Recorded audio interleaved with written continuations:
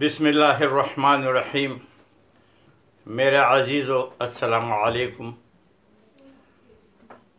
ये दवाइयों के रिएक्शन के बारे में ये तीसरा व्लॉग है। मैं अपने तजुर्बे से और जो कुछ मैंने देखा है वो आपको बयान कर रहा हूँ। सुनी सुनाई बातें नहीं करता। दवाइयाँ जो है ये ड्रग है, ये बहुत ख़तरनाक वो चीज़ है। जो बीमार है उसके लिए तो मजबूरी है, जो उस किस्म का बीमार नहीं है और वो इस्तेमाल करता है उसके लिए ज़हर है। आप लोगों ने देखा होगा दवाइयों के जो फार्मेसी होता है, यहाँ तो कम, यूरोप में, अरब कंट्रीज़ में, वहाँ एक जार किस्म का बनाया होता है, ऊपर एक सांप होता है उसके इर्द गिर्द। मकसद उसका ये होता है कि ये जहर वाला काम है, इससे बचते रहो। और ये आप लोगों ने ये भी देखा होगा कि आप पाकिस्तान में जाओ, किसी फार्मेसी में कोई दवाई मांगो वो आपको देगा, मगर ये बाहर यूरोप के मुल्कों में, अरब कंट्रीज़ में इस तरह नहीं है। आपके गोली भी कोई डॉक्टर के प्रिस्क्रिप्शन के अलावा नहीं देगा। फार्मेसी सिर्फ डॉक्टर, सनद याफ्ता डॉक्टर खोल सकता है, और फार्मेसी में जो दवाइयाँ देने वाला हो वो फार्मासिस्ट होता है। यहाँ भी कोशिश की गई मगर वो बात नाकाम हुई। जिसकी मर्ज़ी है वो फार्मेसी खोले, जिसकी मर्ज़ी है जो दवाई दे वो दवाई भी देते हैं जो वो बिल्कुल उसकी इजाज़त नहीं, वो सिर्फ ऑपरेशन थिएटर में इस्तेमाल होता है, जैसे क्लोरोफार्म वगैरह। मगर आप लोग रोज़ाना अखबारों में, टीवी में देखते हैं, और हमने यहाँ खुद भी देखा है कि वो क्लोरोफार्म भी मिलता है और फिर उसको सूंघाते हैं। मुख्तलिफ़ किस्म के उससे वारदात होती है। वारदात को तो पकड़ने की कोशिश करते हैं मगर ये नहीं पूछते कि भाई ये क्लोरोफार्म आया कहाँ से, ये फ़लाना दवाई कहाँ से आया, क्यों इसके पास आया। ये बहुत ख़तरनाक बात है, और ये इसको हुकूमत को चाहिए कि इस चीज़ को कंट्रोल करे। ड्रग इंस्पेक्टर हर जगह है मगर उसकी ड्यूटी में पता नहीं ये शामिल नहीं। और जो जितनी ये मेडिकल स्टोर है उनको सबसे ज़्यादा फ़ायदा इन्हीं ममनुआ दवाओं से मिलती हैं। वह बाकी दवाइयाँ जो है वो तो बेचते हैं मगर इससे उनको बहुत फ़ायदा होता है। बस भाई हमें अल्लाह हिदायत दे कि हम ऐसे काम ना करें जैसे हमारे बच्चे जो है वो ज़ाया हो और वो ख़ुदकुशियाँ करे, से दूसरे के उज मुजरमाना हरकतें करे, जुर्म सादिर करे। तो अभी मैं जो बात बता रहा हूँ, हमारा एक साथी था, कोर्स मेट था, स्कूल में भी साथी था। अल्लाह ने उसको मौका दिया, वो आर्मी में लेफ्टिनेंट कर्नल बना। फिर वो रिटायर्ड हुआ, वापस आया। इंसान जब रिटायर्ड हो जाता है, उसको अच्छे भले पैसे मिल रहे हों, तो उसकी सारी तवज्जो अपने जिस्म की तरफ हो जाती है। फिर चूँकि वो अफसर था, कर्नल था, सीमिट में जाता, उसके अच्छी अवभगत होती, तो वो अस्पताल जाता, वहाँ मुख्तलिफ़ किस्म के टेस्ट करवाता था,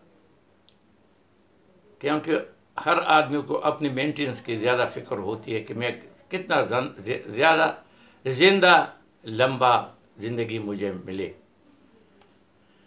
वो सीमित जाता, उसको दवाइयाँ मिलती, उन्होंने मुख्तलिफ़ किस्म के टेस्ट करवाए, तो 60 से अगर आदमी ऊपर हो जाए तो सारी बीमारियाँ उसके थोड़े थोड़े उसमें होती है। वो जवानी वाले टेस्ट जो है वो नहीं आते। मगर हमारे आज ये मयार नहीं है। एज आगे एज फैक्टर जो है वो कोई कंसिडर नहीं करता। वही ब्लड प्रेशर 80-120, वही शुगर लेवल 100, वही फलाना, वो भाई हर एक के लिए मुख्तलिफ़ है, बच्चे के लिए मुख्तलिफ़, एज के साथ वो मुख्तलिफ होता रहता है। और फिर ये सब कोशिश करते कि उसको लेवल पिलाएं। भाई अगर तुम्हें तकलीफ़ नहीं है, परेशानी नहीं है, तो क्यों लग जा रहे हो।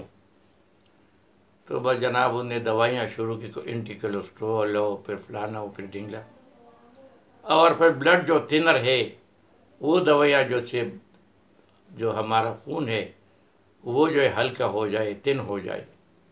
کرتے کراتے مفت دوائیاں، مفت اسپتال، سب کچھ مفت تھا، اور اس نے بھی اس کو کام بولا، صبح دوپہر شام کرتے کرتے کرتے اچانک جو ہے اس کو لیکیمیا ڈکلیئر ہو گیا۔ اس کی سائیڈ ایفیکٹ کی وجہ سے اس کو لیکیمیا جو بلڈ کینسر ہے، اور جب کسی کو یہ ڈکلیئر ہو جاتا ہے بس وہ بچنے والا نہیں ہوتا۔ اگر اس کو خون چڑھاتے ہیں اس کا بدن خون نہیں بناتا، جو بناتا ہے اس کو جلاتا ہے، تو اس کے لیے ماہانہ، پھر 15 دن کے بعد، اور کرتے کرتے 7 دن کے بعد اس کو خون چڑھانا پڑتا ہے۔ اور ایک وقت آ جاتا ہے کہ وہ خون جو ہے چڑھانے سے بھی کوئی فائدہ نہیں ہوتا، جو اللہ نے پیدا کیا ہے اپنے بدن میں پیدا ہوتا ہے۔ جو بچے ہوتے ہیں ان کو جو 5-6-7 سال جو ہے وہ تیلیسیما جس کو کہتے ہیں، ان کو تو اتنا عمر مل جاتا ہے، مگر اگر بڑے عمر والے کو ہو جائے وہ سروائیو نہیں کرتا۔ اور اسی طرح وہ سائیڈ ایفیکٹ، دوائیوں کی سائیڈ ایفیکٹ کی وجہ سے اللہ کو پیار ہو گیا۔ اللہ اس کو بخشے، موت اور زندگی اس کی اس طرح آئی تھی، مگر پھر بھی انسان جو ہے اس کو اپنی ذمہ داری پہ ہے۔ اللہ نے فرمایا کہ بھائی یہ موت اور زندگی میرے ہاتھ میں ہے، لیس للانسان الا ما سعی، انسان کچھ بھی نہیں کر سکتا، وہ صرف کوشش ہی کر سکتا ہے۔ بس بھائی یہ اس سلسلے کی آپ کو بتا دیا، بالکل خیال رکھے۔ دوائیاں جو ہے یہ میڈیسن، یہ جو بیماری ہے اس کو ٹھیک کرتا ہے۔ اگر انسان میں وہ بیماری نہیں اور ہم ٹھیک کرنے کے احتیاطی تدابیر نہ کریں، پہلے سے یہ نہیں کہ میں اس طرح کروں گا تو میں جو ہارٹ اٹیک نہیں ہوگا، اس طرح کروں گا تو شوگر نہیں ہوگا، اس طرح کروں گا تو بلڈ پریشر نہیں ہوگا، ایسی کوئی بات نہیں۔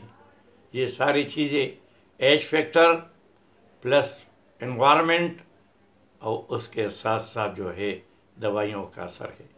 تو دوائیوں سے اپنے آپ کو بچاؤ، اپنے انوائرمنٹ کو اچھا رکھو، اللہ کو یاد کرو، نماز 5 وقت کی پابندی کے ساتھ پڑھے، صدقہ کرے روزانہ، جب اٹھو کچھ نہ کچھ 10 روپے کرو مگر صدقہ کرو، بہت بڑی زبردست چیز ہے۔